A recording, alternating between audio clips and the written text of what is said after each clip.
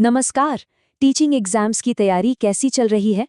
चलिए आज ईवीएस के इस खास चैलेंज के साथ अपनी तैयारी को परखते हैं और उसे एक लेवल और ऊपर ले जाते हैं।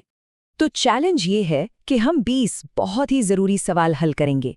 ये सवाल बिल्कुल वैसे ही हैं जैसे पिछले सालों के पेपर्स में आ चुके हैं। ये जो 20 का नंबर स्क्रीन पर है ना, यही हमारा टारगेट है।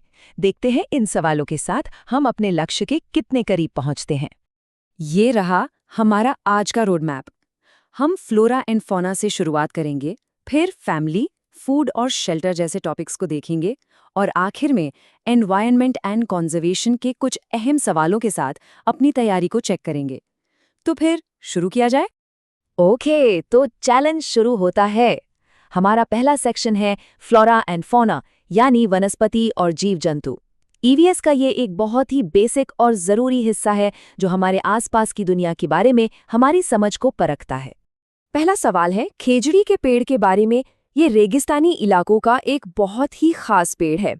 अब सवाल ये है कि इन चारों ऑप्शंस में से कौन सी बात खेजड़ी के बारे में सच नहीं है? जरा सोचिए। सही जवाब है डी। अरे भाई, खेजड़ी तो अपनी घनी छाया के लिए ही जाना जाता है। एनसीईआरटी की किताबों में भी लिखा है कि बच्चे इसकी छाया में खेलते हैं। तो ये कहना कि ये छायादार नहीं है बिल्कुल गलत है। बाकी तीनों बातें एकदम सही हैं। चलिए अब अगला सवाल। ये जानवरों से जुड़ा एक मजेदार फैक्ट है। इन ऑप्शंस में से वो कौन सा जानवर है जिसके कान हमें बाहर से दिखते ही नहीं है? बिल्कुल सही जवाब है छिपकली। देखिए, छिपकली और ज्यादातर पक्षियों के बाहरी कान नहीं होते। उनके सिर पर बस छोटे छोटे छेद होते हैं जिनसे वो सुनते हैं। जबकि हाथी, खरगोश या कुत्ते के कान तो हमें साफ साफ बाहर दिखाई देते हैं। तो अब हम जानवरों की दुनिया से इंसानों की दुनिया की तरफ आते हैं। हमारा अगला सेक्शन है फैमिली, फूड और शेल्टर। मतलब हम कैसे रहते हैं, क्या खाते हैं और हमारे घर कैसे बनते हैं। ये सवाल हमारी कल्चरल डाइवर्सिटी को दिखाते हैं।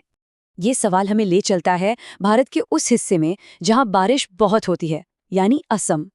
वहां घर जमीन से काफी ऊंचे बनते हैं ताकि बाढ़ से बच सकें। पर सवाल ये है कि इन घरों को अंदर से किस चीज से बनाया जाता है? और इसका सही जवाब है लकड़ी के। असम में घर मजबूत बांस के खंभों पर बनाए जाते हैं और अंदर का पूरा हिस्सा लकड़ी का होता है। ऐसा इसलिए क्योंकि ये चीजें वहां आसानी से मिल जाती हैं और बाढ़ से होने वाले नुकसान को भी कम करती हैं। घरों के बाद अब बारी है खाने की। दक्षिण भारत के केरल राज्य में टैपियोका बहुत खाया जाता है। क्या आप जानते हैं कि वहां इसे लोग किस और नाम से बुलाते हैं? जी हाँ, टैपियोका का ही दूसरा नाम है कप्पा। ये जमीन के अंदर उगता है और लोग इसे उबालकर नारियल की चटनी के साथ बड़े मजे से खाते हैं। ये भारत की फूड डाइवर्सिटी का एक बेहतरीन उदाहरण है। अच्छा, खाना और घर दोनों के लिए पानी तो जरूरी है ही, और सफर करना भी हमारी जिंदगी का एक अहम हिस्सा है। तो चलिए अपने अगले सेक्शन में हम इन्हीं दो टॉपिक्स यानी पानी और यात्रा से जुड़े कुछ सवाल देखते हैं। हमारे देश में सदियों से पानी बचाने के बहुत ही अनोखे तरीके रहे हैं। उन्हीं में से एक है बावड़ी, यानी स्टेपवेल। सवाल ये है कि इनका इस्तेमाल आखिर होता किस लिए था?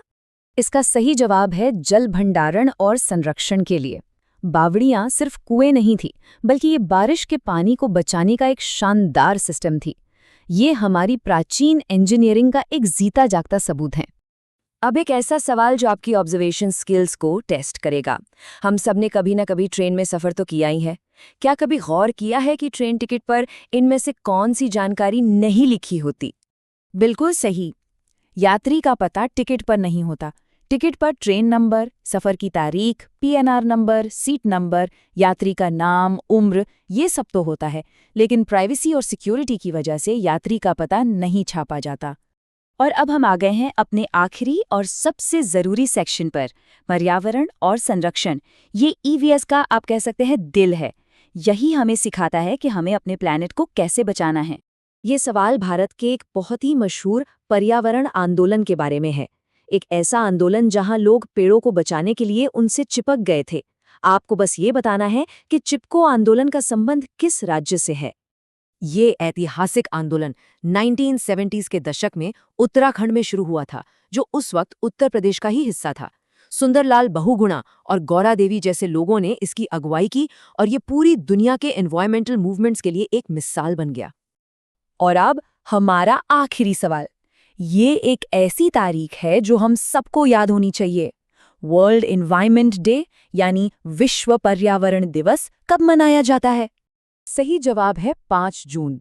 हर साल इस दिन पूरी दुनिया में लोग पर्यावरण को बचाने के लिए जागरूकता फैलाते हैं और एक्शन लेते हैं। ये एक बहुत ही महत्वपूर्ण दिन है। तो इसी के साथ हमारा ये चैलेंज यहीं खत्म होता है। अब टाइम है अपने स्कोर को देखने का। इस स्कोर कार्ड पर एक नज़र डालिए और देखिए कि आपकी तैयारी किस लेवल पर है और आपको आगे कहाँ ज़्यादा मेहनत करने की ज़रूरत है। तो ये सिर्फ एक क्विज नहीं था, ये आपकी तैयारी का एक आईना था। अब जरा खुद से पूछिए, आज के इन सवालों से क्या पता चला? कौन सा टॉपिक है जिस पर आपको थोड़ा और ध्यान देना होगा?